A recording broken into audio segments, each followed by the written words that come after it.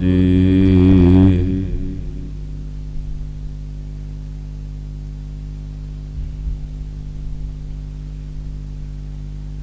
एक मन पुरख त्याए वरदाता,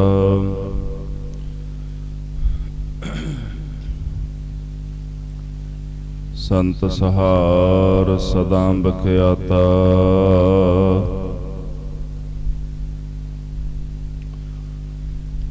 तास चरण ले हृदय बसावो,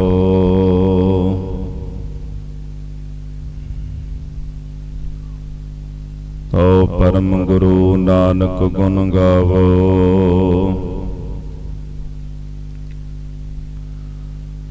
गावो गुण परम गुरु सुख सागर,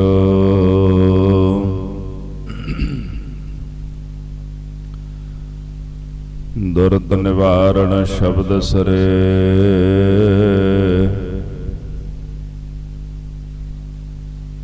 गावह गंभीर धीर मत सागर, जोगी जंगम ध्यान तरे। गावह इंद्राद भगत प्रहलादक, आत्म रस जिन जाण्यो।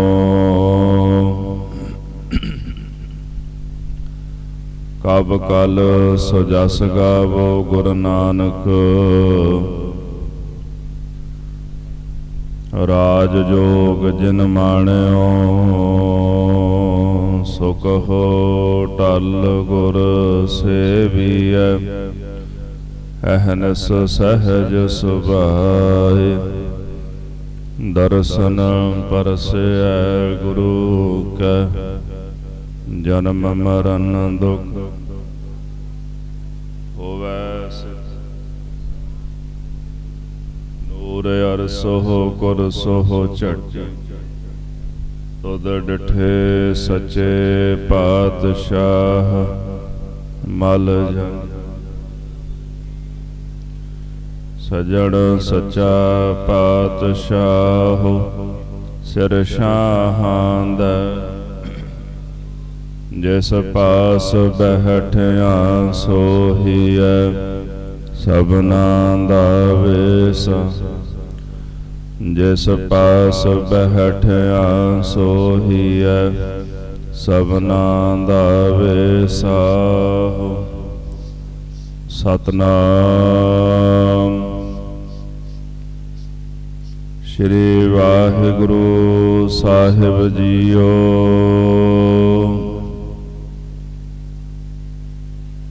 टोडी महला पंजवा।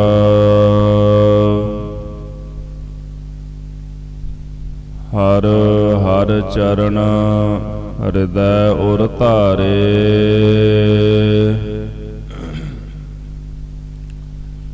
सिमर स्वामी सतगुर अपना,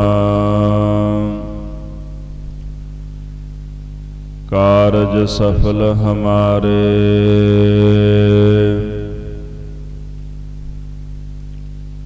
हर हर चरण हृदय उर धारे।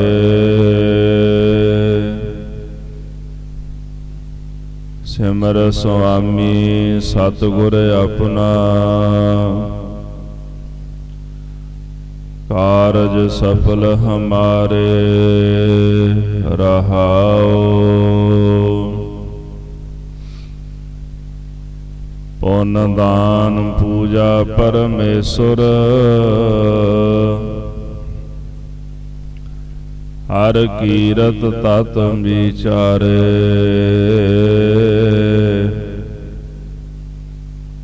गुण गावत अतुल सुख पाया, ठाकुर अगम पारे।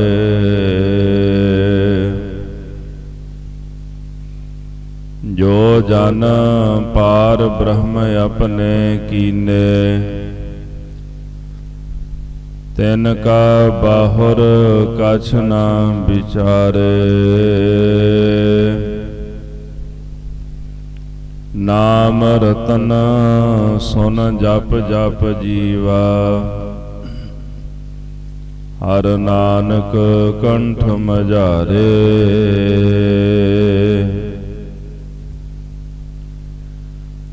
ਜੋ ਜਨ ਪਾਰ ਬ੍ਰਹਮ ਆਪਣੇ ਕੀਨੇ। ਤਿਨ ਕਾ ਬਾਹੁਰ ਕਛ ਨਾ ਵਿਚਾਰੇ। ਨਾਮ ਰਤਨ ਸੁਨ ਜਪ ਜਪ ਜੀਵਾ। ਹਰ ਨਾਨਕ ਕੰਠ ਮਝਾਰੇ।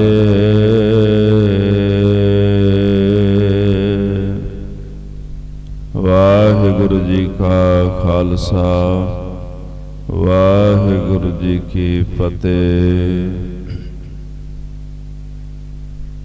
ਇਕ ਓੰਕਾਰ ਸਤਿਨਾਮ ਕਰਤਾ ਪੁਰਖ ਨਿਰਭਉ ਨਿਰਵੈਰ ਅਕਾਲ ਮੂਰਤ ਅਜੂਨੀ ਸੈਭੰ ਗੁਰ ਪ੍ਰਸਾਦਿ।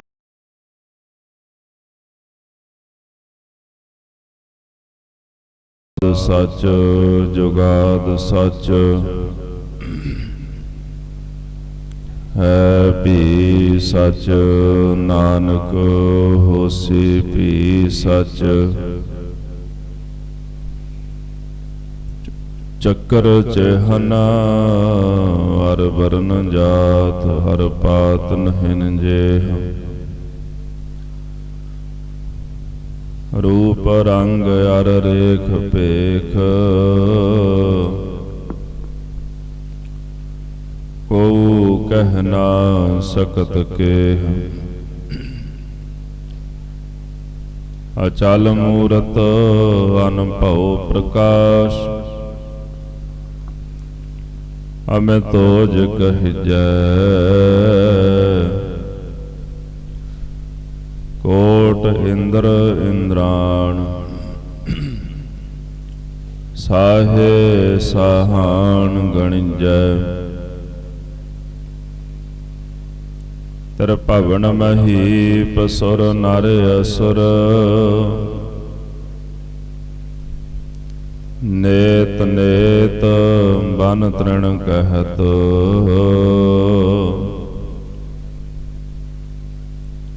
ਤਵੈ ਸਰਬ ਨਾਮ ਕਥੈ ਕਵਨ।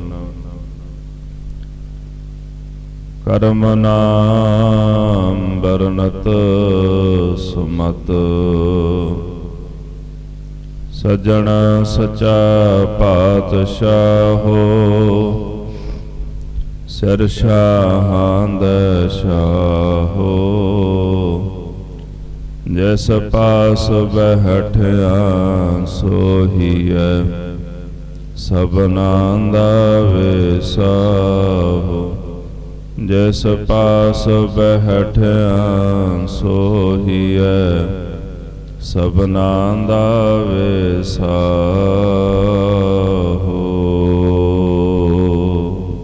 ਸਤਨਾਮ ਸ੍ਰੀ ਵਾਹਿਗੁਰੂ ਸਾਹਿਬ ਜੀ। ਪ੍ਰਭਾਤੀ ਮਹੱਲਾ ਪਹਿਲਾ। ਆਖਣਾ ਸੁਣਨਾ ਨਾਮ ਆਧਾਰ। ਤੰਦਾ ਛੁਟਗ ਗਿਆ ਵੇਕਾਰ। ਵਾਹਿਗੁਰੂ ਜੀ ਕਾ ਖਾਲਸਾ ਵਾਹਿਗੁਰੂ ਜੀ ਕੀ ਫਤਿਹ। ਜੁਗ ਹੋ ਜੁਗ ਅਟਲ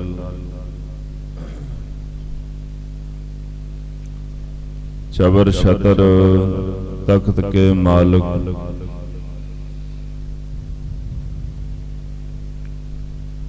ਸਤਿਗੁਰੂ ਧੰਨ ਧੰਨ ਸ੍ਰੀ ਗੁਰੂ ਗ੍ਰੰਥ ਸਾਹਿਬ ਜੀ ਮਹਾਰਾਜ।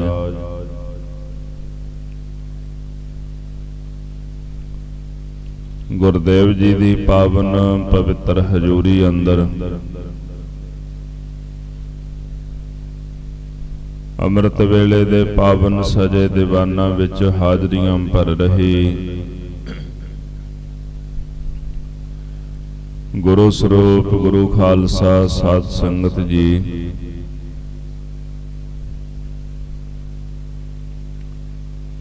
ਆਪ ਜੀ ਸਰਬੱਤ ਗੁਰ ਸਿੱਖ ਸੰਗਤਾਂ ਅੰਮ੍ਰਿਤ ਵੇਲੇ ਦੇ ਪਾਵਨ ਸਜੇ ਦੀਵਾਨਾਂ ਵਿੱਚ ਜੁੜ ਕੇ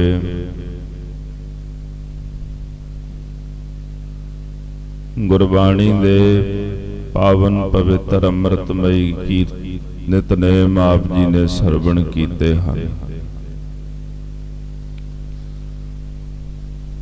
ਉਪਰੰਤ ਡਿਠੇ ਮੁਕਤ ਨਾ ਹੋਵਈ,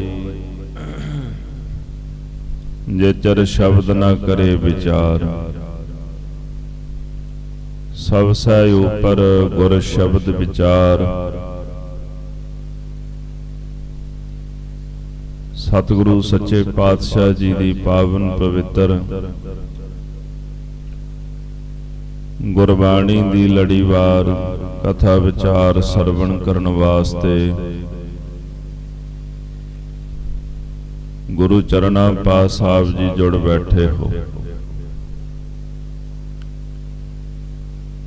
ਆਓ ਮਨ ਬਿਰਤੀਆਂ ਇਕਾਗਰ ਕਰਕੇ ਸਤਿਗੁਰੂ ਸੱਚੇ ਪਾਤਸ਼ਾਹ ਜੀ ਦਾ ਪਾਵਨ ਪਵਿੱਤਰ ਉਪਦੇਸ਼ ਸਰਵਣ ਕਰੀਏ। ਮਨ ਦੀ ਇਕਾਗਰਤਾ ਬਣਾਉਣ ਵਾਸਤੇ ਸਰਬੱਤ ਗੁਰ ਸਿੱਖ ਸੰਗਤਾਂ ਪ੍ਰੇਮ ਨਾਲ ਜਪਣਾ ਕਰੋ ਜੀ। ਸਤਨਾਮ ਸ੍ਰੀ ਵਾਹਿਗੁਰੂ ਸਾਹਿਬ ਜੀਓ। ਸਤਨਾਮ ਸ੍ਰੀ ਵਾਹਿਗੁਰੂ ਸਾਹਿਬ ਜੀ। ਪ੍ਰਭਾਤੀ ਮਹੱਲਾ ਪਹਿਲਾ। ਆਖਣਾ ਸੁਣਨਾ ਨਾਮ ਆਧਾਰ। ਸਤਿਗੁਰੂ ਧੰਨ ਸ੍ਰੀ ਗੁਰੂ ਨਾਨਕ ਦੇਵ ਜੀ ਮਹਾਰਾਜ ਆਪ ਜੀ ਦੀ ਪਾਵਨ ਪਵਿੱਤਰ ਮੁਬਾਰਕ ਰਸਨਾ ਦੁਆਰਾ ਉਚਾਰਨ ਕੀਤਾ ਹੋਇਆ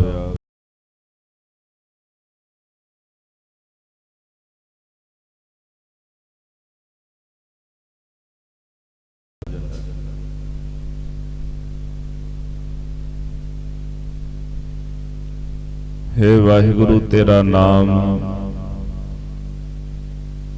ਮੈਂ ਆਪਣੀ ਰਸਨਾ ਦੇ ਨਾਲ ਅੱਠੇ ਪੈਰ ਆਖਦਾ ਹਾਂ, ਜਪਦਾ ਹਾਂ।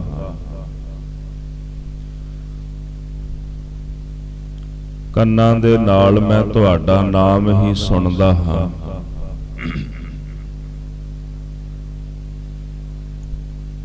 ਆਪ ਜੀ ਦਾ ਨਾਮ ਮੇਰੇ ਜੀਵਨ ਦਾ ਆਧਾਰ, ਮੇਰੇ ਜੀਵਨ ਦਾ ਆਸਰਾ ਹੈ।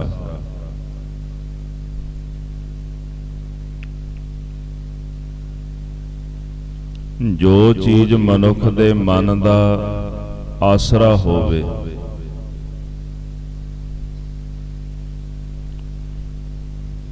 ਉਸ ਚੀਜ਼ ਨੂੰ, ਉਸ ਕਰਮ ਨੂੰ ਕਰਨ ਦੀ ਲੋੜ ਨਹੀਂ ਪੈਂਦੀ। ਉਹ ਕਰਮ ਆਪਣੇ ਆਪ ਹੀ ਹੁੰਦਾ ਹੈ।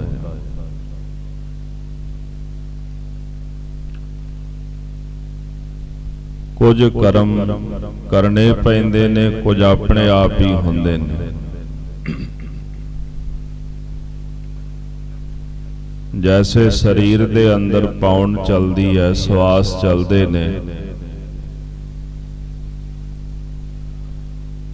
ਮਨੁੱਖ ਨੂੰ ਸਵਾਸ ਚਲਾਉਣ ਦੀ ਜ਼ਰੂਰਤ ਨਹੀਂ। ਕੁਦਰਤੀ ਤੌਰ ਤੇ ਸਰੀਰ ਦੇ ਵਿੱਚ ਸਵਾਸ ਆਪਣੇ ਆਪ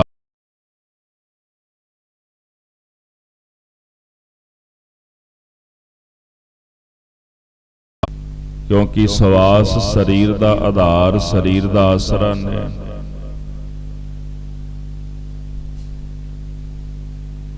ਪ੍ਰਾਣਾਂ ਦੇ ਵਾਂਗੂ ਜਿਨ੍ਹਾਂ ਦਾ ਜੀਵਨ ਪਰਮੇਸ਼ਰ ਦੇ ਨਾਮ ਦੇ ਆਸਰੇ ਹੋ ਜਾਂਦਾ ਹੈ,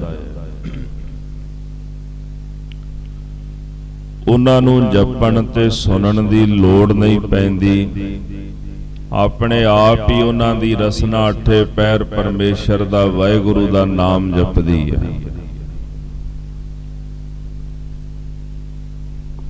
ਮਹਾਰਾਜ ਬਾਣੀ ਵਿੱਚ ਫਰਮਾਨ ਕਰਦੇ, ਪ੍ਰਭ ਜੀ ਤੂੰ ਮੇਰਾ ਪ੍ਰਾਨ ਆਧਾਰ ਹੈ।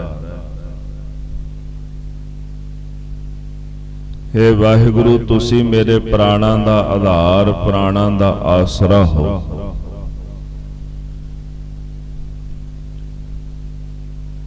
ਅਠੇ ਪੈਰ ਮੈਂ ਆਪ ਜੀ ਦਾ ਨਾਮ ਆਪਣੀ ਰਸਨਾ ਦੇ ਨਾਲ ਜਪਦਾ ਰਹਿੰਦਾ, ਜਪਦਾ ਰਹਿੰਦਾ।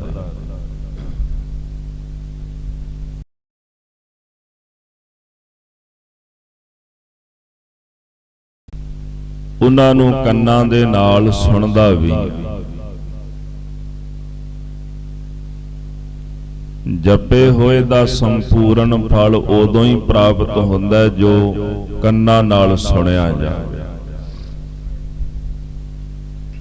ਮੈਂ ਜਪਤਾ ਰਹਿਆ ਪਰ ਸੁਣ ਨਹੀਂ ਰਿਹਾ, ਕਿਉਂਕਿ ਸੁਣਨ ਵਾਸਤੇ ਇਕਾਗਰਤਾ ਚਾਹੀਦੀ, ਧਿਆਨ ਚਾਹੀਦਾ।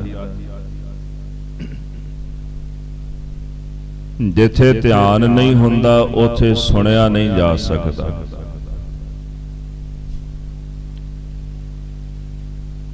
ਕੁਦਰਤੀ ਹੈ, ਕਥਾ ਹੁੰਦੀ ਹੋਵੇ ਤੇ ਸਾਡਾ ਧਿਆਨ ਕਿਤੇ ਬਾਹਰ ਹੋਵੇ ਨਾ, ਤੇ ਕਥਾ ਵੀ ਸੁਣੀ ਹੋਈ ਅਣਸੁਣੀ ਜੀ ਲੱਗਦੀ ਹੈ, ਸੁਣ ਕੇ ਵੀ ਅਣਸੁਣੀ। ਕਿਉਂਕਿ ਜੋ ਸੁਣ ਰਹੇ ਆ ਉਹਦੇ ਵਿੱਚ ਮੇਰਾ ਧਿਆਨ ਹੀ ਕੋਈ ਨਹੀਂ, ਫਿਰ ਸਮਝ ਨਹੀਂ ਪੈਂਦੀ। ਜੋ ਸੁਣਿਆ ਜਾ ਰਿਹਾ ਹੈ, ਅਗਰ ਉਹਦੇ ਵਿੱਚ ਧਿਆਨ ਹੈ ਤੇ ਸੁਣਿਆ ਹੋਇਆ ਸਫਲ ਹੈ। ਗੁਰੂ ਨਾਨਕ ਸਾਹਿਬ ਜੀ ਕਹਿੰਦੇ, ਵਾਹਿਗੁਰੂ ਤੁਹਾਡਾ ਨਾਮ ਮੇਰੇ ਜੀਵਨ ਦਾ ਆਧਾਰ ਹੈ, ਆਸਰਾ ਹੈ।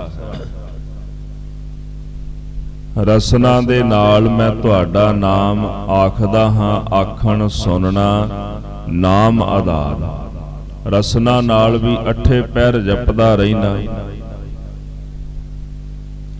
ਤੇ ਕੰਨਾਂ ਦੁਆਰਾ ਮੈਂ ਤੁਹਾਡਾ ਨਾਮ ਸੁਣਦਾ ਆ। ਜੋ ਜਪਦਾ ਹਾਂ ਉਹਨੂੰ ਫਿਰ ਕੰਨਾਂ ਦੁਆਰਾ ਸੁਣਦਾ ਵੀ। ਜੋ ਬੋਲ ਰਹੇ ਆ ਉਹ ਮੈਂ ਆਪ ਸੁਣ ਵੀ ਰਿਹਾ। ਅਨੁਭਵੀ ਪੁਰਸ਼, ਮਹਾਂਪੁਰਸ਼ ਕਹਿੰਦੇ, ਜਦੋਂ ਵੀ ਸਿਮਰਨ ਸਾਧਨਾ ਕਰਨੀ ਹੋਵੇ, ਜਦੋਂ ਜਪ ਕਰਨਾ ਹੋਵੇ, ਇੱਕ ਤਾਂ ਸਿਮਰਨ ਹੈ ਨਾ ਜਦੋਂ ਅਵਸਥਾ ਬਦਲਦੀ ਹੈ, ਇੱਕ ਜਪ ਹੈ। ਜੋ ਜਪ ਜਪਣਾ ਹੈ ਉਹ ਕੰਨਾਂ ਦੇ ਨਾਲ ਸੁਣਨਾ ਵੀ ਹੈ। ਵਾਹਿਗੁਰੂ ਵਾਹਿਗੁਰੂ ਵਾਹਿਗੁਰੂ ਦੀ ਧੁਨੀ ਜਦੋਂ ਗੁਰਸਿੱਖ ਨੇ ਲਾਉਣੀ ਹੈ, ਤੇ ਘੱਟੋ ਘੱਟ ਸਾਨੂੰ ਆਪਣੇ ਕੰਨਾਂ ਦੇ ਨਾਲ ਜਪਿਆ ਹੋਇਆ ਸੁਣਨਾ ਪਵੇਗਾ।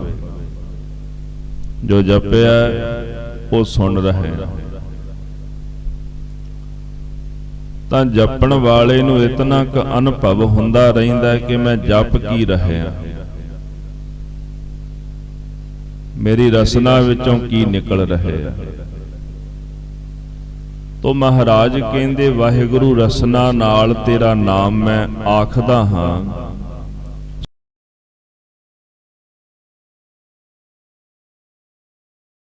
ਆਧਾਰ ਆਪ ਜੀ ਦਾ ਪਾਵਨ ਪਵਿੱਤਰ ਨਾਮ ਮੇਰੇ ਜੀਵਨ ਦਾ ਆਧਾਰ, ਜੀਵਨ ਦਾ ਆਸਰਾ ਹੈ। ਤੰਦਾ ਛੁਟਕ ਗਿਆ ਵੇਕਾਰ। ਨਾਮ ਜਪਣ ਦੇ ਨਾਲ ਜਿਹੜੇ ਮਾਇਆ ਦੇ ਧੰਦੇ ਸਨ ਨਾ, ਜਿਨ੍ਹਾਂ ਤੋਂ ਵਿਕਾਰ ਪੈਦਾ ਹੁੰਦੇ ਸਨ, ਉਹ ਧੰਦੇ ਛੁੱਟ ਗਏ।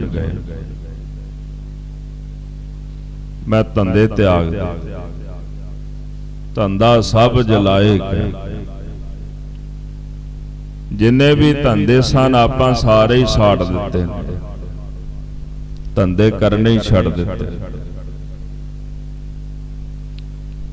ਪਹਿਲਾਂ ਮਾਇਆ ਦੇ ਲਾਹੇ ਵਾਸਤੇ, ਲਾਹਾ ਮਾਇਆ ਕਾਰਨੇ ਢੂੰਡਣ ਦਹਿ ਦਿਸ ਜਾਏ।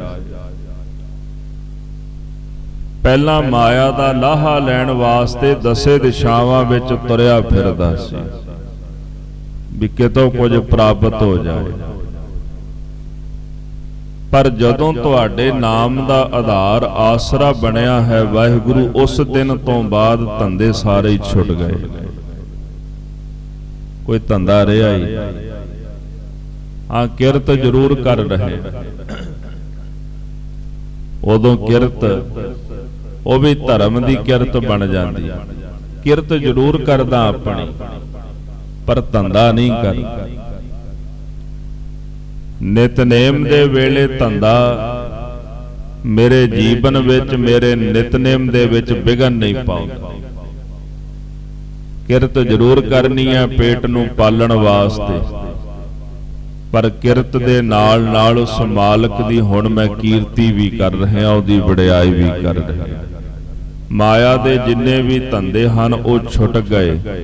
ਮਹਾਰਾਜ ਕਹਿੰਦੇ ਜਿਨ੍ਹਾਂ ਤੋਂ ਵਿਕਾਰ ਮਨੁੱਖ ਦੇ ਹਿਰਦੇ ਦੇ ਵਿੱਚ ਪੈਦਾ ਹੁੰਦੇ ਹਨ, ਜਿਉ ਮਨ ਮੁਖ ਦੂਜੈ ਪਤ ਖੋਈ। ਜੈਸੇ ਮਨਮੁਖ ਜੀਵ ਨੇ, ਉਹਨਾਂ ਨੇ ਮਾਇਆ ਦੇ ਪਿੱਛੇ ਲੱਗ ਕੇ ਆਪਣੀ ਇੱਜ਼ਤ ਗਵਾ ਲਈ ਹੈ।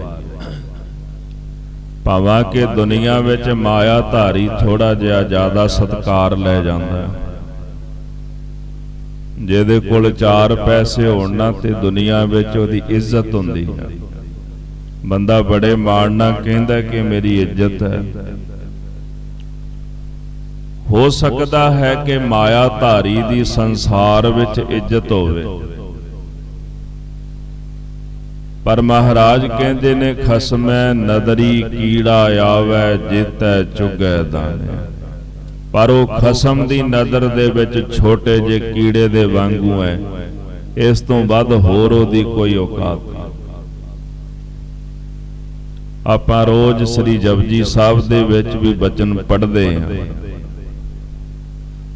ਜੇ ਜੁਗ ਚਾਰੇ ਆਰਜਾ ਹੋਰ ਦਸੂਣੀ ਹੋਏ, ਨਵਾ ਖੰਡਾ ਵਿੱਚ ਜਾਣੀਐ ਨਾਲ ਚੱਲੈ ਸਭ ਕੋਏ, ਚੰਗਾ ਨਾਉ ਰਖਾਏ ਕੈ ਜਸ ਕੀਰਤ ਜਗ ਲੇ, ਜੇ ਤਿਸ ਨਜ਼ਰ ਨਾ ਆਵਈ ਤਾਂ ਬਾਤ ਨਾ ਪੁੱਛੈ। ਭਾਵੇਂ ਕਿਸੇ ਦੀ 4 ਜੁਗਾਂ ਜਿੰਨੀ ਉਮਰਾ ਹੋ ਜਾਏ, ਹੋਰ ਦਸੂਣੀ ਹੋਏ, ਦਸੂਣੀ ਦਾ ਭਾਵ ਦੁੱਗਣੀ ਉਮਰ ਹੋ ਜਾਏ, ਇੰਨੀ ਲੰਮੇਰੀ ਉਮਰ ਦਾ ਮਾਲਕ ਹੋਵੇ, 9 ਖੰਡਾਂ ਦੇ ਵਿੱਚ ਹਰ ਕੋਈ ਉਸ ਨੂੰ ਜਾਣਦਾ ਹੋਵੇ, ਉਹਦੀ ਮਾਣ ਪ੍ਰਤਿਸ਼ਠਾ ਹੋਵੇ, ਤੇ ਚੰਗਾ ਨਾਮ ਰਖਾ ਕੇ ਜਿੱਥੇ ਵੀ ਜਾਏ ਤੇ ਲੋਕ ਉਹਦੇ ਪਿੱਛੇ ਪਿੱਛੇ ਜਾਵਣ, ਲੋਕਾਂ ਦੇ ਵਿੱਚ ਕੀਰਤੀ ਵਡਿਆਈ ਦੀ ਪ੍ਰਾਪਤੀ ਕਰਦਾ ਹੋਵੇ, ਪਰ ਜੇ ਉਹ ਮਾਲਕ ਦੀ ਨਜ਼ਰ ਵਿੱਚ ਨਹੀਂ ਆਉਂਦਾ ਤੇ ਉਹਦੀ ਬਾਤ ਕੋਈ ਨਹੀਂ ਪੁੱਛਦਾ। ਸਤਿਗੁਰਾਂ ਦਾ ਇੱਕ ਹੋਰ ਬਚਨ ਆਪਾਂ ਪੜ੍ਹਦੇ ਹਾਂ, ਗਿਰਹਾ ਸੇਤੀ ਮਾਲ ਧਨ ਕੀੜੀ ਤੁਲ ਨਾ ਹੋਵਨੀ, ਜੇ ਤਿਸ ਮਨਹੁ ਨਾ ਵੀਸਰ। ਮਹਾਰਾਜ ਜੀ ਕਹਿੰਦੇ ਨੇ ਜੇਕਰ ਕਿਸੇ ਮਨੁੱਖ ਦੇ ਪਾਸ ਇੰਨਾ ਮਾਲ ਹੋਵੇ, ਕਿੰਨਾ ਜਿਵੇਂ ਗਿਰਹਾ ਪਹਾੜ ਨੇ, ਪਹਾੜਾਂ ਜਿੰਨਾ, ਸਮੁੰਦ ਸਾਹਾ ਸੁਲਤਾਨ, ਜਿੱਥੇ ਜਿੱਥੇ ਤਾਈਂ ਸਮੁੰਦਰ ਫੈਲਿਆ ਹੋਇਆ, ਮਹਾਰਾਜ ਕਹਿੰਦੇ ਉੱਥੇ ਤਾਈਂ ਉਹ ਪਾਤਸ਼ਾਹ ਹੋਵੇ, ਸਮੁੰਦਰ ਤਾਈਂ ਉਹਦਾ ਰਾਜ ਭਾਗ ਫੈਲਿਆ ਹੋਵੇ, ਏਡਾ ਧਨੀ ਹੋਵੇ, ਏਡਾ ਵੱਡਾ ਬਾਦਸ਼ਾਹ ਹੋਵੇ, ਪਰ ਉਹ ਛੋਟੀ ਜੀ ਕੀੜੀ ਦੇ ਤੁਲ ਬਰਾਬਰ ਨਹੀਂ। ਕਿਹੜੀ ਕੀੜੀ? ਜਿਹਨੂੰ ਪਰਮੇਸ਼ਰ ਦਾ ਨਾਮ ਨਹੀਂ ਵਿਸਰੇ। ਕੀੜੀ ਤੋਂ ਇੱਥੇ ਮੁਰਾਦ ਹੈ ਕਿ ਉਹ ਪਰਮੇਸ਼ਰ ਦਾ ਭਗਤ, ਜਿਹਦੇ ਪਾਸ ਕੁਝ ਵੀ ਨਹੀਂ। ਮਹਾਰਾਜ ਕਹਿੰਦੇ ਉਸ ਭਗਤ ਦੀ ਬਰਾਬਰੀ ਉਹ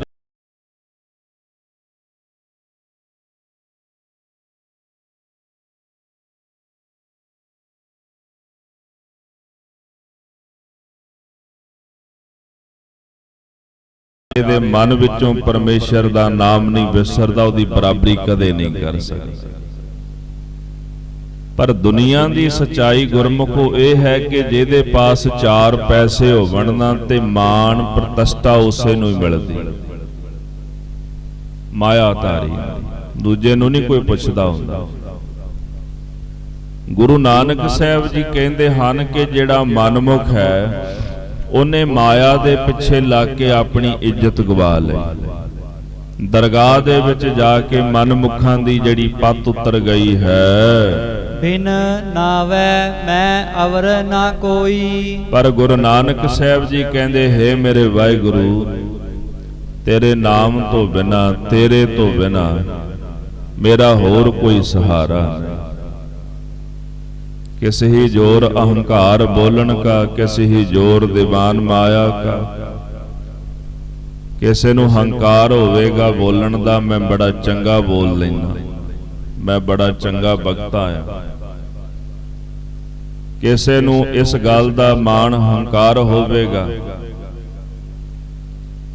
कि दरबार ताई राजे दे, सरकारे दरबारे मेरी गल बात है। ਕਿਸੇ ਨੂੰ ਇਸ ਗੱਲ ਦਾ ਮਾਣ ਹੋਵੇਗਾ, ਕਿਸੇ ਨੂੰ ਇਸ ਗੱਲ ਦਾ ਜ਼ੋਰ ਹੋਵੇਗਾ। ਪਰ ਸਤਿਗੁਰੂ ਕਹਿੰਦੇ, ਵਾਹਿਗੁਰੂ ਮੈਨੂੰ ਤਾਂ ਕੇਵਲ ਜ਼ੋਰ ਜਿਹੜਾ ਹੈ ਨਾ ਤੇਰਾ ਹੀ ਹੈ। ਮੈਨੂੰ ਤਾਂ ਆਧਾਰ, ਮੈਨੂੰ ਤਾਂ ਆਸਰਾ ਤੇਰਾ ਹੀ ਹੈ। ਕਿਉਂਕਿ ਤੁਹਾਡੇ ਤੋਂ ਬਿਨਾ, ਤੁਝ ਬਿਨ ਕਵਨ ਹਮਾਰਾ, ਮੇਰੇ ਪ੍ਰੀਤਮ ਪ੍ਰਾਨ ਆਧਾਰ। ਤੁਹਾਡੇ ਤੋਂ ਬਿਨਾ ਸਾਡਾ ਕੌਣ ਹੈ। ਕਿਸ ਹੀ ਕੋਈ ਕੋਏ ਮੰਝ ਨਿਮਾਣੀ ਇੱਕ ਤੂੰ। ਕਿਸੇ ਦਾ ਕੋਈ ਆਸਰਾ, ਕਿਸੇ ਦਾ ਕੋਈ ਆਸਰਾ, ਪਰ ਮੈਂ ਨਿਮਾਣੇ ਜਏ ਜੀਵ ਨੂੰ ਪਾਤਸ਼ਾਹ ਇੱਕ ਤੁਹਾਡਾ ਹੀ ਆਸਰਾ ਹੈ। ਜਿਵੇਂ ਸੰਤ ਨਿਹਾਲ ਸਿੰਘ ਜੀ ਕਹਿੰਦੇ ਨਾ, ਮੋਕੋ ਤੋਂ ਭਰੋਸੋ ਏਕ ਗ੍ਰੰਥ ਮਹਾਰਾਜ ਪੈ। ਉਹ ਕਹਿੰਦੇ ਕਿਸੇ ਨੂੰ ਭਰੋਸਾ ਹੋਵੇਗਾ ਆਪਣੀ ਜ਼ਮੀਨ ਜਾਇਦਾਦ ਉੱਪਰ, ਕਾਹੂ ਕੋ ਭਰੋਸੋ ਜ਼ਮੀਨ ਕੇ ਜਮਾਨ ਬਿਖੈ। ਕਿਸੇ ਨੂੰ ਜ਼ਮਾਨੇ ਦਾ, ਕਿਸੇ ਨੂੰ ਜ਼ਮੀਨ ਦਾ।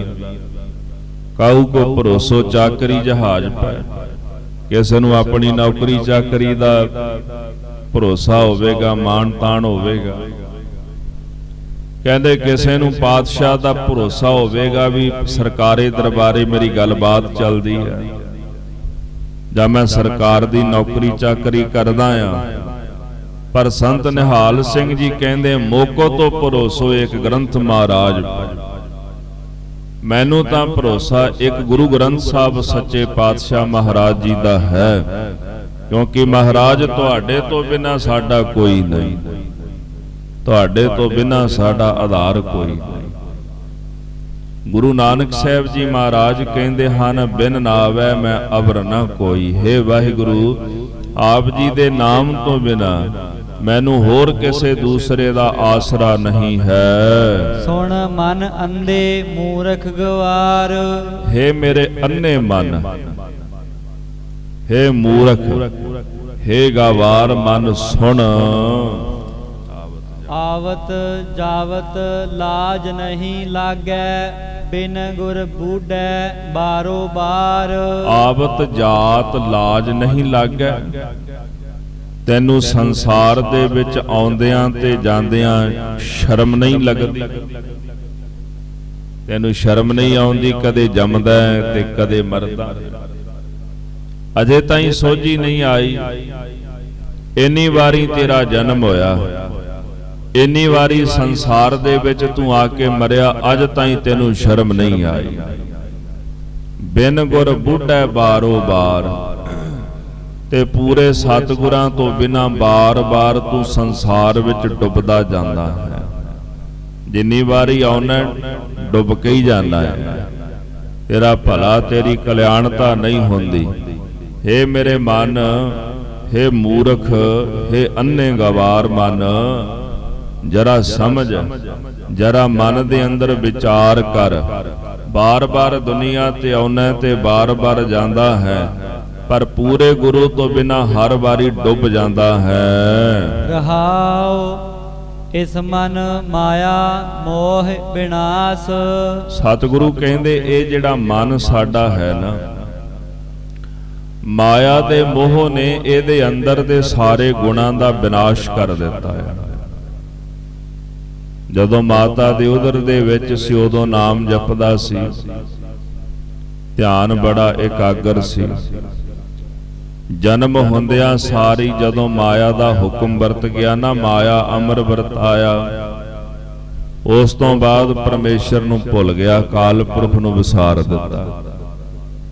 ਕਿਉਂਕਿ ਮਾਇਆ ਦੇ ਮੋਹ ਨੇ ਇਹਦੇ ਅੰਦਰ ਦੀ ਇਕਾਗਰਤਾ ਖਤਮ ਕਰ ਦਿੱਤੀ, ਮਨ ਖੰਡ ਖੰਡ ਕਰ ਦਿੱਤਾ। ਕਿਤੇ ਨਾਮ ਦਾ ਰਸ ਲੈਂਦਾ ਸੀ, ਹੁਣ ਪਦਾਰਥਾਂ ਦਾ ਚਸਕਾ ਪੈ ਗਿਆ। ਸਤਿਗੁਰੂ ਕਹਿੰਦੇ ਇਸ ਮਾਇਆ ਦੇ ਮੋਹ ਨੇ ਇਸ ਮਨ ਦੇ ਅੰਦਰ ਦੇ ਜਿੰਨੇ ਵੀ ਚੰਗੇ ਸ਼ੁਭ ਗੁਣ ਨੇ, ਉਹਨਾਂ ਸਾਰੇ ਗੁਣਾਂ ਦਾ ਵਿਨਾਸ਼ ਕਰ ਦਿੱਤਾ ਹੈ। ਤੁਰ ਹੁਕਮ ਲਿਖਿਆ ਤਾਂ ਕਹੀਐ ਕਾਸ। ਸਤਿਗੁਰੂ ਕਹਿੰਦੇ ਹੁਣ ਧੁਰ ਤੋਂ ਹੁਕਮ ਹੀ ਇਦਾਂ ਦਾ ਲਿਖਿਆ ਹੋਇਆ, ਫਿਰ ਕਿਹਨੂੰ ਦੂਜੇ ਨੂੰ ਜਾ ਕੇ ਆਖੀਏ ਵੀ ਇਦਾਂ ਕਿਵੇਂ ਹੋ ਗਿਆ।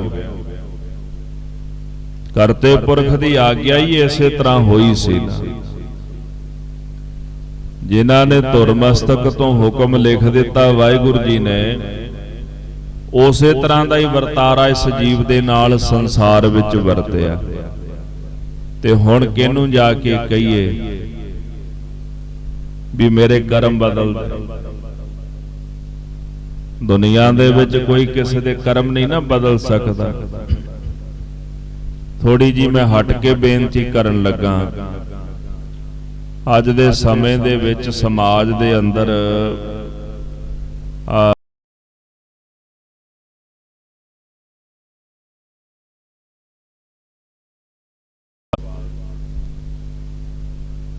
ਵੀ ਅਸੀਂ ਤੁਹਾਡੀ ਕਿਸਮਤ ਬਦਲ ਦਿਆਂਗੇ, ਤੁਸੀਂ ਆਓ ਤਾਂ ਸੀ ਸਾਡੇ ਕੋਲ। ਹੁਣ ਉਹਨਾਂ ਵਿਚਾਰਿਆਂ ਨੂੰ ਆਪਣੀ ਕਿਸਮਤ ਦਾ ਤਾਂ ਪਤਾ ਨਹੀਂ ਹੁੰਦਾ, ਹੁਣ ਉਹ ਦੂਜਿਆਂ ਦੀ ਕਿਸਮਤ ਬਦਲਣ ਨੂੰ ਲੱਗੇ ਹੋਏ ਨੇ। ਇੱਕ ਸੱਚੀ ਘਟਨਾ ਹੈ ਵੀ ਇੱਕ ਜੋਤਸ਼ੀ ਸੀ ਤੇ ਸਿੰਘ ਜਾ ਟੱਕਰੇ ਉਹਨੂੰ। ਆਖਦੇ ਤੁਸੀਂ ਭਵਿੱਖ ਦੱਸ ਲੈਂਦੇ ਹੋ? ਕਹਿੰਦਾ ਹਾਂ ਮੈਂ ਦੱਸਦਾ ਆ ਭਵਿੱਖ। ਉਹਨਾਂ ਨੇ ਫੜ ਕੇ ਸੋਧਾ ਲਾਇਆ। ਸੋਧਾ ਲਾਣ ਤੋਂ ਬਾਅਦ ਪੁੱਛਦੇ ਨੇ ਵੀ ਭਵਿੱਖ ਦੱਸਦਾ ਹੈ? ਕਹਿੰਦਾ ਮੈਂ ਦੱਸਦਾ ਆ। ਕਹਿੰਦੇ ਫਿਰ ਤੈਨੂੰ ਇੰਨਾ ਨਹੀਂ ਪਤਾ ਲੱਗਿਆ ਵੀ ਤੈਨੂੰ ਡਾਂਗਾ ਪੈਣ ਵਾਲੀਆਂ, ਵੀ ਤੈਨੂੰ ਆਪਣੇ ਭਵਿੱਖ ਦਾ ਤਾਂ ਪਤਾ ਨਹੀਂ ਲੱਗਿਆ ਵੀ ਤੈਨੂੰ ਡਾਂਗਾ ਪੈਣੀਆਂ, ਤੇ ਤੂੰ ਦੂਜੇ ਦਾ ਭਵਿੱਖ ਦੱਸਦਾ ਫਿਰਦਾ ਹੈ। ਤੈਨੂੰ ਆਪਣੇ ਭਵਿੱਖ ਦਾ ਨਹੀਂ ਪਤਾ, ਪਰ ਲੋਕਾਂ ਦਾ ਭਵਿੱਖ ਤੂੰ ਦੱਸ ਰਿਹਾ। ਦੁਨੀਆ ਦੇ ਲੋਕਾਂ ਨੂੰ ਕਹਿਣਾ ਕਿ ਮੇਰੇ ਕੋਲ ਆਓ, ਮੈਂ ਤੁਹਾਨੂੰ ਦੱਸਾਂਗਾ ਵੀ ਮਾਇਆ ਦਾ ਪ੍ਰਬੰਧ ਕਿਵੇਂ ਕਰਨਾ, ਕਿਵੇਂ ਮਾਇਆ ਲక్ష్ਮੀ ਤੁਹਾਡੇ ਕੋਲ ਆਵੇਗੀ। ਤੇ ਆਪ ਉਹੀ ਮਾਇਆ ਲੈ ਲੈ ਕੇ ਤੇ ਔਖਾ ਸੌਖਾ ਗੁਜ਼ਾਰਾ ਕਰਦਾ। ਜੇ ਤੇਰੇ ਕੋਲ ਧਨ ਪ੍ਰਾਪਤੀ ਕਰਨ ਦਾ ਬਹੁਤ ਵੱਡਾ ਗੁਣ ਹੈ ਤੇ ਲੋਕਾਂ ਨੂੰ ਸਮਝਾਉਣਾ ਹੈ ਵੀ ਧਨ ਏਦਾਂ ਮਿਲਦਾ ਹੈ, ਤੇ ਤੈਨੂੰ ਕੀ ਲੋੜ ਹੈ ਦੁਕਾਨ ਖੋਲਣ ਦੀ? ਤੂੰ ਰਾਜਾ ਬਣ ਜਾ, ਜਿੰਨਾ ਮਰਜ਼ੀ ਧਨ ਇਕੱਠਾ ਕਰ ਲੈ। ਲੋਕਾਂ ਨੂੰ ਧਨ ਦੇਣ ਵਾਲੇ ਆਪ ਟਕੇ ਟਕੇ ਪਿੱਛੇ ਰੌਂਦੇ ਨੇ। ਲੋਕਾਂ ਦੇ ਘਰ ਮਾਇਆ ਦੇ ਨਾਲ ਭਰਨ ਵਾਲੇ ਆਪ ਟਕਿਆਂ ਪਿੱਛੇ ਰੋ ਰਹੇ। ਕਾਰਨ ਕੀ ਹੈ? ਕਿਉਂਕਿ ਜੋ ਵਿਦਿਆ ਉਹ ਵਰਤ ਕੇ ਲੋਕਾਂ ਨੂੰ ਭਰਮਾ ਰਹੇ ਨੇ, ਉਹ ਸਭ ਝੂਠ ਹੈ। ਜੋ ਕਰਤੇ ਅਕਾਲ ਪੁਰਖ ਨੇ ਮਨੁੱਖ ਦੇ ਮਸਤਕ ਤੇ ਲਿਖ ਦਿੱਤਾ ਹੈ, ਉਹਨੂੰ ਬਦਲ ਕੋਈ ਨਹੀਂ ਸਕਦਾ, ਉਹ ਬਦਲਿਆ ਨਹੀਂ ਜਾ ਸਕਦਾ। ਦਾਸ ਹਮੇਸ਼ਾ ਇੱਕ ਉਦਾਹਰਣ ਦਿੰਦਾ ਹੈ ਕਿ ਜਦੋਂ ਕਲਮ ਜੱਜ ਦੀ ਚੱਲਦੀ ਹੈ ਨਾ, ਸੁਪਰੀਮ ਕੋਰਟ ਦੀ, ਫਿਰ ਉਹਦੇ ਤੇ ਕਲਮ ਚਲਾਣੀ ਬੜੀ ਔਖੀ ਹੁੰਦੀ ਦੂਜੇ ਵਾਸਤੇ। ਜੋ ਜੱਜ ਨੇ ਫੈਸਲਾ ਕਰ ਦਿੱਤਾ, ਫਿਰ ਉਹਨੂੰ ਬਦਲ ਥੋੜਾ ਕੋਈ ਸਕਦਾ। ਹਾਂ, ਰਾਸ਼ਟਰਪਤੀ ਕਿਤੇ ਰਹਿਮ ਕਰ ਦੇ ਤੇ ਗੱਲ ਵੱਖਰੀ। ਕਰੀ ਲੋਹ ਕਲਮ ਲਿਖਿਓ ਲੇਖ ਮਾਥਨ। ਸ੍ਰੀ ਕਲਗੀਧਰ ਜੀ ਲਿਖਦੇ ਬਾਣੀ ਵਿੱਚ ਉਸ ਅਕਾਲ ਪੁਰਖ ਦੇ ਹੱਥ ਵਿੱਚ ਕਲਮ ਹੈ, ਉਹਨੇ ਸਾਰਿਆਂ ਦੇ ਮੱਥੇ ਤੇ ਲੇਖ ਲਿਖਿਆ। ਹੁਣ ਜਿਹੜੀ ਕਲਮ ਉਸ ਮਾਲਕ ਨੇ ਸਾਡੇ ਮਸਤਕ ਤੇ ਚਲਾ ਦਿੱਤੀ ਹੈ ਨਾ, ਉਹਦੇ ਤੇ ਹੁਣ ਕੋਈ ਦੂਜਾ ਕਲਮ ਨਹੀਂ ਫੇਰ ਸਕਦਾ। ਗੱਲ ਵੱਖਰੀ ਹੈ ਜੇ ਗੁਰੂ ਨੂੰ ਦਇਆ ਆ ਜਾਏ, ਜੇ ਗੁਰੂ ਨੂੰ ਰਹਿਮ ਆ ਜਾਏ ਤੇ ਸਿੱਖ ਦੀ ਝੋਲੀ ਦੇ ਵਿੱਚ ਨਾਮ ਦੀ ਦਾਤ ਪਾ ਕੇ ਉਹਦੇ ਦੁੱਖ ਕੱਟ ਦਿੰਦਾ ਹੈ, ਜੇ ਗੁਰੂ ਨੂੰ ਕਿਰਪਾ ਆ ਜਾਏ। ਇਸ ਵਾਸਤੇ ਜੈਸੀ ਕਲਮ ਵੁੜੀ ਹੈ ਮਸਤਕ ਤੈਸੀ ਜੀੜੇ ਪਾਸ।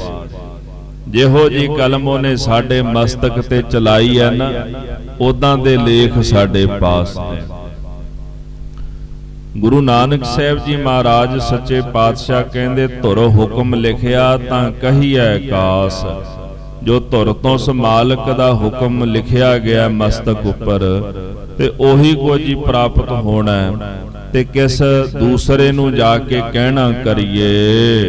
ਗੁਰਮੁਖ ਵਿਰਲਾ ਚੀਨੈ ਕੋਈ। ਕੋਈ ਵਿਰਲਾ ਹੀ ਗੁਰਮੁਖ ਪਿਆਰਾ ਹੈ ਜਿਹੜਾ ਇਸ ਗੱਲ ਨੂੰ ਜਾਣਦਾ ਸਮਝਦਾ ਹੈ। ਨਾਮ ਵਿਹੋਣਾ ਮੁਕਤ ਨਾ ਹੋਈ। ਗੁਰਮੁਖਾਂ ਨੂੰ ਸਮਝ ਪੈ ਜਾਂਦੀ ਹੈ ਕਿ ਨਾਮ ਤੋਂ ਬਿਨਾਂ ਕੋਈ ਮੁਕਤ ਨਹੀਂ ਹੋ ਸਕਦਾ, ਨਾਮ ਤੋਂ ਬਿਨਾਂ ਬੰਧਨ ਨਹੀਂ ਟੁੱਟ ਸਕਦੇ, ਨਾਮ ਤੋਂ ਬਿਨਾਂ ਦੁੱਖ ਦੇ ਬੰਧਨ ਨਹੀਂ ਟੁੱਟਣੇ, ਦੁੱਖਾਂ ਦੀ ਨਿਵਰਤੀ ਨਹੀਂ ਹੋਣੀ। ਇਹ ਗੱਲ ਗੁਰਮੁਖਾਂ ਦੀ ਸਮਝ ਵਿੱਚ ਪੈ ਜਾਂਦੀ ਹੈ, ਤੇ ਗੁਰਮੁਖ ਜਨ ਪਰਮੇਸ਼ਰ ਦੇ ਨਾਮ ਨੂੰ ਆਪਣੇ ਜੀਵਨ ਦਾ ਆਧਾਰ ਆਸਰਾ ਬਣਾ ਲੈਂਦੇ।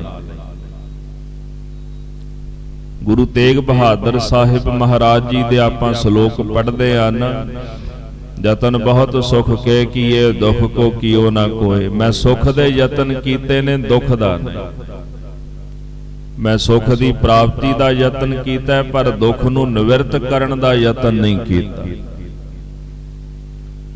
ਤੇ ਗੁਰਮੁਖਾਂ ਨੂੰ ਸਮਝ ਪੈ ਜਾਂਦੀ ਹੈ, ਕਹਿੰਦੇ ਸੁਖ ਨਹੀਂ ਪ੍ਰਾਪਤ ਕਰਨਾ, ਕਿਉਂਕਿ ਜਿਸ ਸੁਖ ਤੇ ਸਿਵ ਬ੍ਰਹਮ ਡਰਾਨਾ, ਸੋ ਸੁਖ ਹਮਹੂ ਸਾਚ ਕਰ ਜਾਣਾ।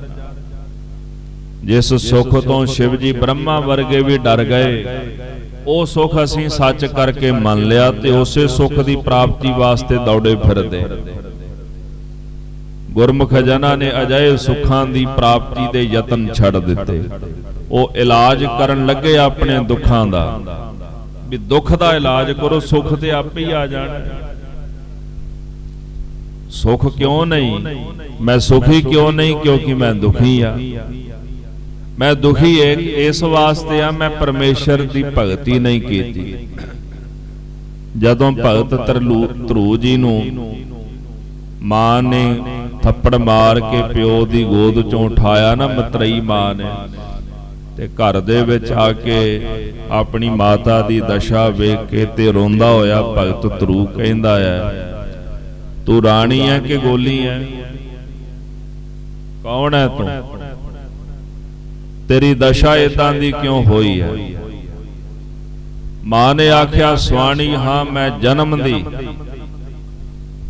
ਜਨਮ ਤੋਂ ਮੈਂ ਰਾਣੀ ਆ। ਮਾਂ ਜੇ ਤੂੰ ਜਨਮ ਤੋਂ ਰਾਣੀ ਹੈ ਤੇ ਤੇਰੀ ਹਾਲਤ ਇਹੋ ਜੀ ਕਿਉਂ ਹੋਈ ਪਈ ਹੈ? ਤੇਰੇ ਪਾਸ ਇਹਨੇ ਦੁੱਖ ਕੈਸੇ ਨੇ? ਮੈਂ ਰਾਜੇ ਦਾ ਪੁੱਤਰ ਹੋ ਕੇ ਵੀ ਰਾਜੇ ਦੀ ਗੋਦ ਵਿੱਚ ਬੈਠਣ ਦਾ ਅਧਿਕਾਰੀ ਨਹੀਂ। ਉਹਨੇ ਆਖਿਆ, ਨਾਮ ਨਾ ਭਗਤੀ ਕਰਮ ਦ੍ਰਿੜ੍ਹਤਾ। ਪੁੱਤਰ ਨਾਮ ਨਹੀਂ ਜਪਿਆ, ਭਗਤੀ ਨਹੀਂ ਕੀਤੀ, ਸ੍ਰੇਸ਼ਟ ਕਰਮ ਨਹੀਂ ਕੀਤੇ, ਇਸ ਕਰਕੇ ਮੇਰੀ ਹਾਲਤ ਜਿਹੜੀ ਹੈ ਨਾ, ਰਾਣੀ ਹੋਣ ਦੇ ਬਾਵਜੂਦ ਗੋਲੀਆਂ ਵਰਗੀ ਹੋਈ ਪਈ। ਜੇ ਮੈਂ ਭਗਤੀ ਬੰਦਗੀ ਕਰਦੀ ਤੇ ਸ਼ਾਇਦ ਮੇਰੀ ਹਾਲਤ ਅਜਿਹੀ ਨਾ ਬਣਦੀ। ਤੇ ਭਗਤ ਧਰੂ ਜੀ ਕਹਿੰਦੇ ਨੇ, ਕਿਸ ਉਦਮ ਤੇ ਰਾਜ ਮਿਲੈ, ਸ਼ਤਰੂ ਤੇ ਸਭ ਹੋਵਨ ਮੀਤਾ। ਮਾਂ ਕਿਸ ਉਦਮ ਦੇ ਨਾਲ ਰਾਜ ਮਿਲਦਾ ਕਿ ਸ਼ਤਰੂ ਮਿੱਤਰ ਬਣ ਜਾਣ, ਦੁੱਖ ਸੁੱਖ ਦੇ ਵਿੱਚ ਬਦਲ ਜਾਣ। ਮਾਂ ਕਹਿੰਦੀ ਪੁੱਤਰ ਭਗਤੀ ਕਰਨੀ ਪੈਂਦੀ ਹੈ। ਤੇ ਭਗਤ ਧਰੂ ਜੀ ਭਗਤੀ ਕਰਨ ਵਾਸਤੇ ਤੁਰ ਪਏ। ਨਾਰਦ ਮੁਨੀ ਆਇਆ ਰਾਜੇ ਕੋਲ, ਤੇਰਾ ਛੋਟਾ ਜਿਹਾ ਪੁੱਤਰ ਜੰਗਲ 'ਚ ਚੱਲਿਆ ਭਗਤੀ ਕਰਨ। ਉੱਥੇ ਸ਼ੇਰ ਰਹਿੰਦੇ ਨੇ, ਬਘਿਆੜ ਰਹਿੰਦੇ, ਜੰਗਲੀ ਜਾਨਵਰ ਰਹਿੰਦੇ ਨੇ, ਤੈਨੂੰ ਥੋੜੀ ਸ਼ਰਮ ਹੋਣੀ ਚਾਹੀਦੀ। ਉਹ ਕਹਿੰਦਾ ਮੈਂ ਅੱਧਾ ਰਾਜ ਭਾਗ ਆਪਣੇ ਪੁੱਤਰ ਨੂੰ ਦੇਣਾ, ਵੀ ਉਹਨੂੰ ਬੁਲਾ ਲਿਆ। ਜਦੋਂ ਭਗਤ ਧਰੂ ਜੀ ਨੂੰ ਵਾਪਸ ਬੁਲਾਇਆ ਨਾ, ਵੀ ਆ ਜਾਓ ਅੱਧਾ ਰਾਜ ਲੈ ਲਓ, ਤੇ ਭਗਤ ਧਰੂ ਜੀ ਪਤਾ ਕੀ ਕਹਿੰਦੇ? ਕਹਿੰਦੇ ਅਜੇ ਤਾਂ ਭਗਤੀ ਦਾ ਸੰਕਲਪ ਹੀ ਕੀਤਾ ਵੀ ਭਗਤੀ ਕਰਨੀ, ਤੇ ਅੱਧਾ ਰਾਜ ਮਿਲਣ ਲੱਗ ਪਿਆ। ਅਜੇ ਭਗਤੀ ਕੀਤੀ ਨਹੀਂ, ਅਜੇ ਭਗਤੀ ਦਾ ਸੰਕਲਪ ਕੀਤਾ ਹੈ ਤੇ ਅੱਧਾ ਰਾਜ ਝੋਲੀ ਵਿੱਚ ਪੈਣ ਲੱਗ ਪਿਆ। ਮੈਂ ਤਾਂ ਭਗਤੀ ਕਰਾਂਗਾ, ਮੈਨੂੰ ਸਾਰਾ ਹੀ ਰਾਜ ਚਾਹੀਦਾ। ਆਪਾਂ ਨੂੰ ਨਹੀਂ ਅੱਧਾ ਰਾਜ ਚਾਹੀਦਾ, ਨਾਲੇ ਕਿਸੇ ਦੇ ਦਿੱਤਿਆਂ ਮੈਂ ਰਾਜ ਨਹੀਂ ਲੈਣਾ।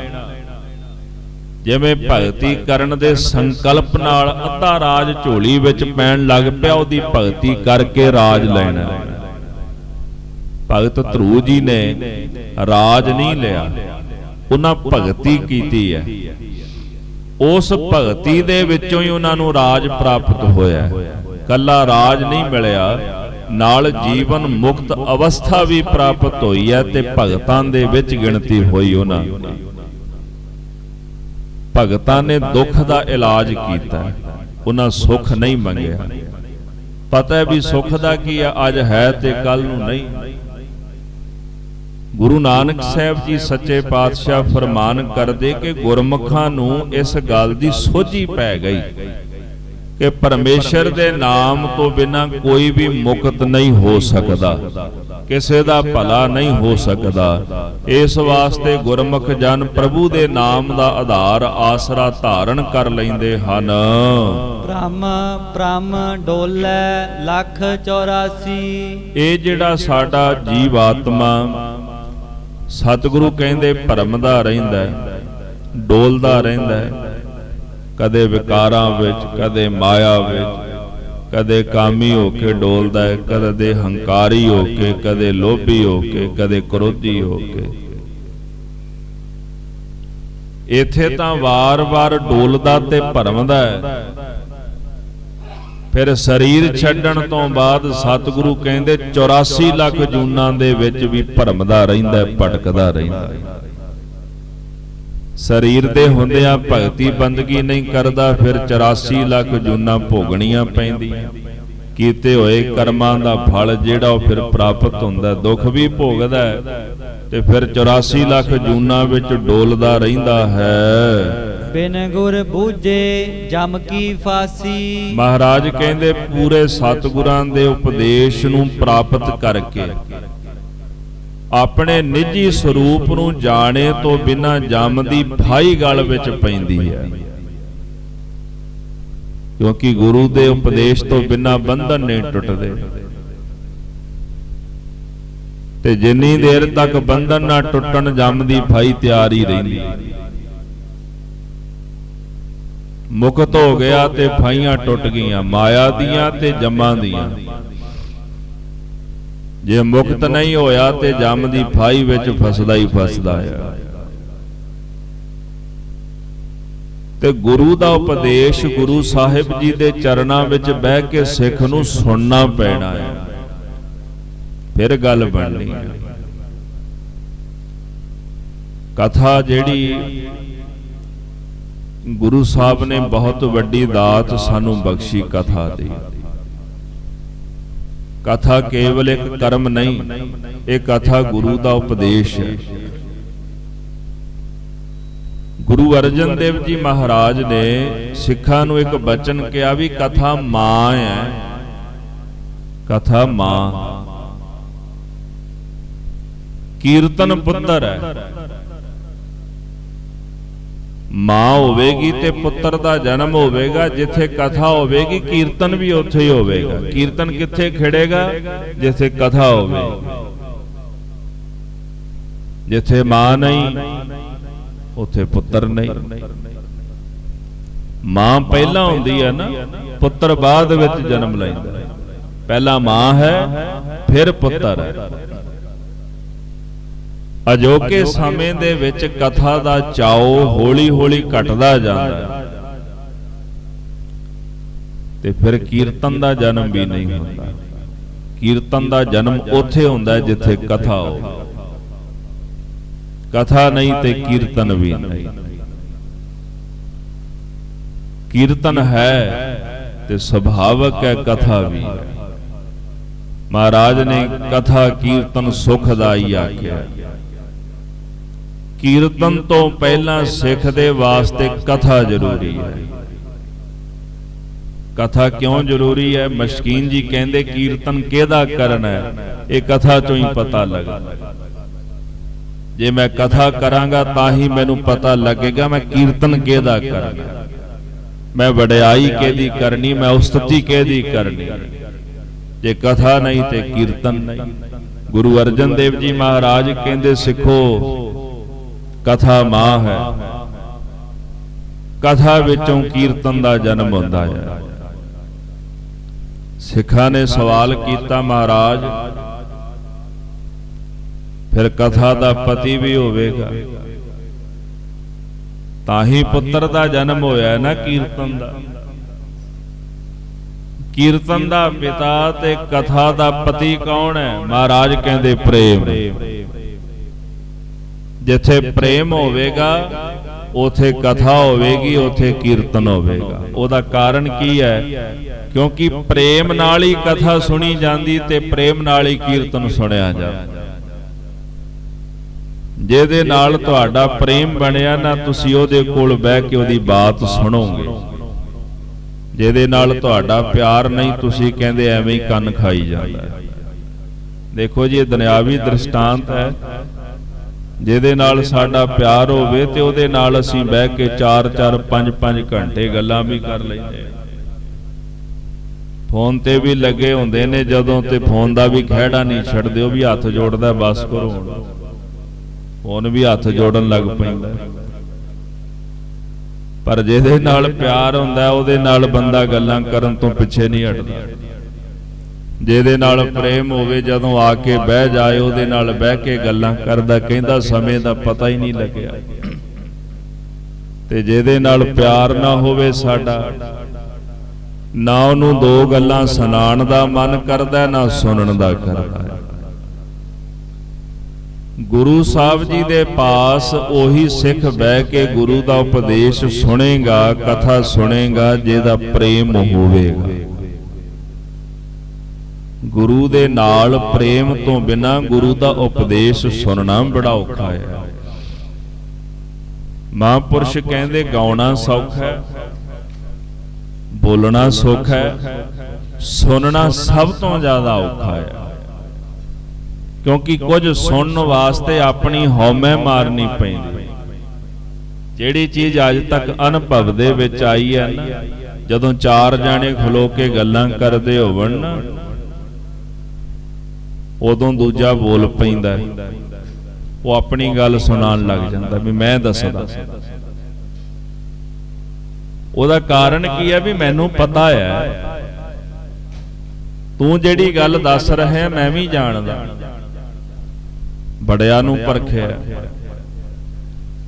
ਜਦੋਂ ਕੋਈ ਗੁਰਮਤ ਦੀ ਗੱਲ ਵੀ ਸੁਣਾਣੀ ਹੋਵੇ ਤੇ ਦੂਜਾ ਬੋਲ ਪੈਂਦਾ। ਹੁਣ ਉਹਦੇ ਬੋਲਣ ਦਾ ਕਾਰਨ ਇਹ ਆ ਵੀ ਮੈਨੂੰ ਵੀ ਪਤਾ ਹੈ। ਹੁਣ ਸੁਣਨ ਨੂੰ ਮਨ ਕਿਸੇ ਦਾ ਨਹੀਂ ਕਰਦਾ, ਸੁਣਾਉਣ ਨੂੰ ਮਨ ਸਾਰਿਆਂ ਦਾ ਕਰਦਾ। ਸਾਰੇ ਹੀ ਚਾਹੁੰਦੇ ਨੇ ਵੀ ਵਕਤਾ ਬਣ ਜਾਈਏ, ਸਰੋਤਾ ਬਣਨ ਨੂੰ ਕੋਈ ਤਿਆਰ ਨਹੀਂ। ਪਰ ਵਕਤੇ ਨਾਲੋਂ ਸਰੋਤੇ ਦੀ ਜ਼ਿਆਦੀ ਮਹਿਮਾ। ਮਹਾਰਾਜ ਕਹਿੰਦੇ ਕਹਿਣ ਵਾਲਾ ਪਵਿੱਤਰ ਹੈ, ਸੁਣ ਤੇ ਪੁਨੀਤ, ਸੁਣਨ ਵਾਲਾ ਪੁਨੀਤ ਹੈ। ਕਿਉਂਕਿ ਸੁਣਨ ਵਾਲਾ ਪੁਨੀਤ ਕਿਉਂ ਹੈ? ਪਵਿੱਤਰ ਪਵਿੱਤਰ ਪਵਿੱਤਰ ਪੁਨੀਤ। ਮਹਾਂਪੁਰਸ਼ ਇਸ ਪੰਕਤੀ ਦੇ ਅਰਥ ਕਰਦੇ ਨੇ, ਕਹਿੰਦੇ 3 ਵਾਰੀ ਪਵਿੱਤਰ ਸ਼ਬਦ ਆਖੋ ਤੇ 1 ਵਾਰੀ ਪੁਨੀਤ ਸ਼ਬਦ ਬਣਦਾ। ਕਹਿਣ ਵਾਲਾ ਪਵਿੱਤਰ ਹੈ ਤੇ ਸੁਣਨ ਵਾਲਾ ਪੁਨੀਤ ਹੈ, ਕਿਉਂਕਿ ਸੁਣਨਾ ਹੀ ਔਖਾ ਹੈ। ਪਰ ਜੇ ਕਿਤੇ ਕੋਈ ਪਿਆਰ ਦੇ ਨਾਲ, ਪ੍ਰੇਮ ਨਾਲ ਸੁਣ ਲਵੇ, ਸੁਣਿਆ ਦੁਖ ਪਾਪ ਕਾ ਨਾਸ। ਉਸ ਕਰਤੇ ਦੀ ਵਡਿਆਈ ਸੁਣਨ ਦੇ ਨਾਲ ਇਹਦੇ ਸਾਰੇ ਦੁੱਖ ਤੇ ਪਾਪ ਉਹਨਾਂ ਦਾ ਨਾਸ਼ ਹੋ ਜਾਂਦਾ ਹੈ। ਸੁਣਨਾ ਹੈ ਬੜਾ ਕਠਿਨ। ਪਹਿਲਾਂ ਸਰਵਣ ਕਰਨਾ, ਫਿਰ ਮਨਨ ਕਰਨਾ, ਜੋ ਸੁਣਿਆ ਨੂੰ ਮੰਨ ਲਈਏ, ਫਿਰ ਨਿਧਿਆਸਨ ਕਰਨਾ, ਉਹਦੀ ਕਮਾਈ ਕਰਨੀ। ਖੈਰ ਦਾਸ ਬੇਨਤੀ ਕਰ ਰਿਹਾ ਸੀ ਕਿ ਕਥਾ ਸਿੱਖ ਲਈ ਕਿਉਂ ਜ਼ਰੂਰੀ ਹੈ।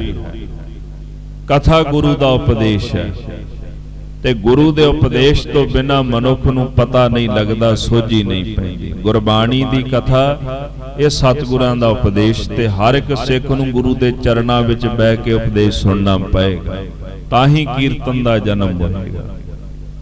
ਕਥਾ ਮਾਂ, ਕੀਰਤਨ ਪੁੱਤਰ, ਪ੍ਰੇਮ ਇਹਨਾਂ ਦੋਹਾਂ ਦੇ ਵਿਚਕਾਰ, ਕੀਰਤਨ ਦਾ ਪਿਤਾ ਪ੍ਰੇਮ ਤੇ ਕਥਾ ਦਾ ਪਤੀ ਪ੍ਰੇਮ।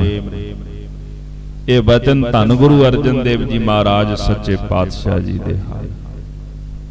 ਗਰੀਬ ਨਵਾਜ਼ ਜੀ ਇੱਥੇ ਫਰਮਾਨ ਕਰਦੇ ਹਨ, ਭਾਈ ਜਿੰਨੀ ਦੇਰ ਤੱਕ ਗੁਰੂ ਦੇ ਉਪਦੇਸ਼ ਨੂੰ ਸੁਣੇ ਤੋਂ ਬਿਨਾਂ ਮਨੁੱਖ ਨੂੰ ਆਪਣੇ ਸਰੂਪ ਦਾ ਗਿਆਨ ਨਹੀਂ ਹੁੰਦਾ, ਸਮਝ ਨਹੀਂ ਪੈਂਦੀ, ਉਤਨੀ ਦੇਰ ਤੱਕ ਇਹਦੇ ਗਲ ਦੇ ਵਿੱਚ ਜੰਮ ਦੀ ਫਾਹੀ ਪੈਂਦੀ ਰਹਿੰਦੀ ਹੈ। ਇਹੋ ਮਨੁਆ ਖਿਨ ਖਿਨ ਊਬ ਪਿਆਲ।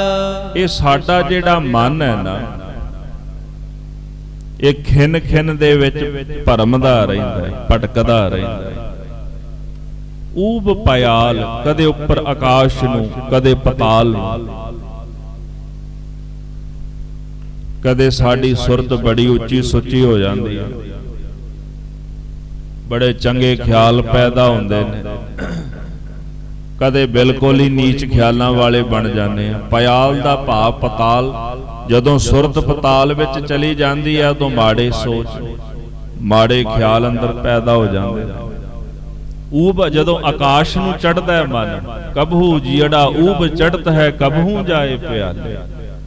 ਕਦੇ ਤਾਂ ਭਗਤ ਬਣ ਜਾਂਦਾ ਹੈ, ਕਦੇ ਅਭਗਤ ਵੀ ਬਣ ਜਾਂਦਾ ਹੈ, ਕਦੇ ਗੁਰਮੁਖ ਬਣ ਜਾਂਦਾ ਹੈ, ਕਦੇ ਮਨਮੁਖ ਬਣ ਜਾਂਦਾ ਹੈ। ਇੱਕ ਵਿਦਵਾਨ ਸੱਜਣ ਨੇ ਹੋਰ ਬੜਾ ਪਿਆਰਾ ਅਰਥ ਕੀਤਾ ਇਹਦਾ।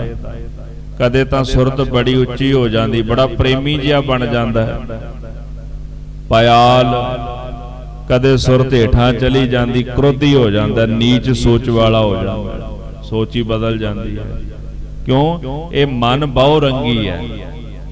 ਬਹੁ ਰੰਗੀ ਹੋਣ ਕਰਕੇ ਇਹ ਮਨ ਦੀਆਂ ਵਿਰਤੀਆਂ ਜਿਹੜੀਆਂ ਪ੍ਰਗਟ ਹੁੰਦੀਆਂ ਅੰਦਰੋਂ ਬਾਹਰ ਨੂੰ ਬੁੱਧੀ ਦੇ ਦੁਆਰਾ, ਇਹ ਜਿਹੜੀਆਂ ਬਿਰਤੀਆਂ ਕਦੇ ਉੱਪਰ ਆਕਾਸ਼ ਨੂੰ ਚਲੀਆਂ ਜਾਂਦੀਆਂ, ਕਦੇ ਪਤਾਲ ਨੂੰ ਚਲੀਆਂ ਜਾਂਦੀਆਂ।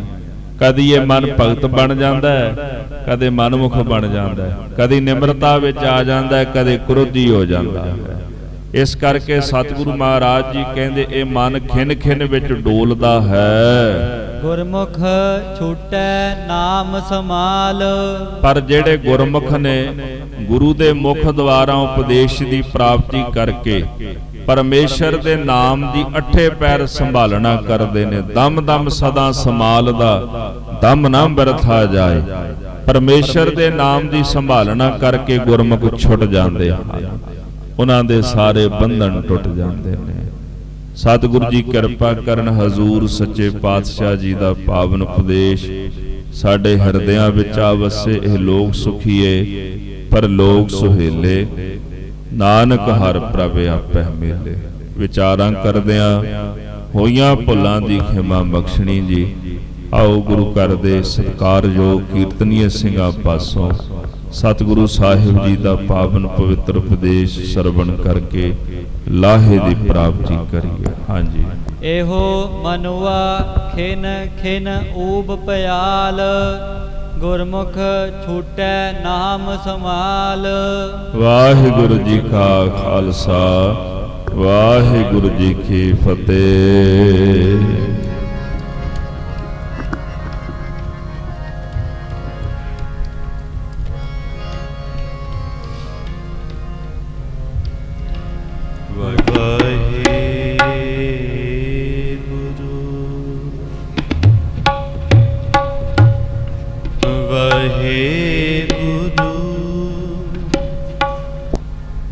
ਸਾਹਿਬ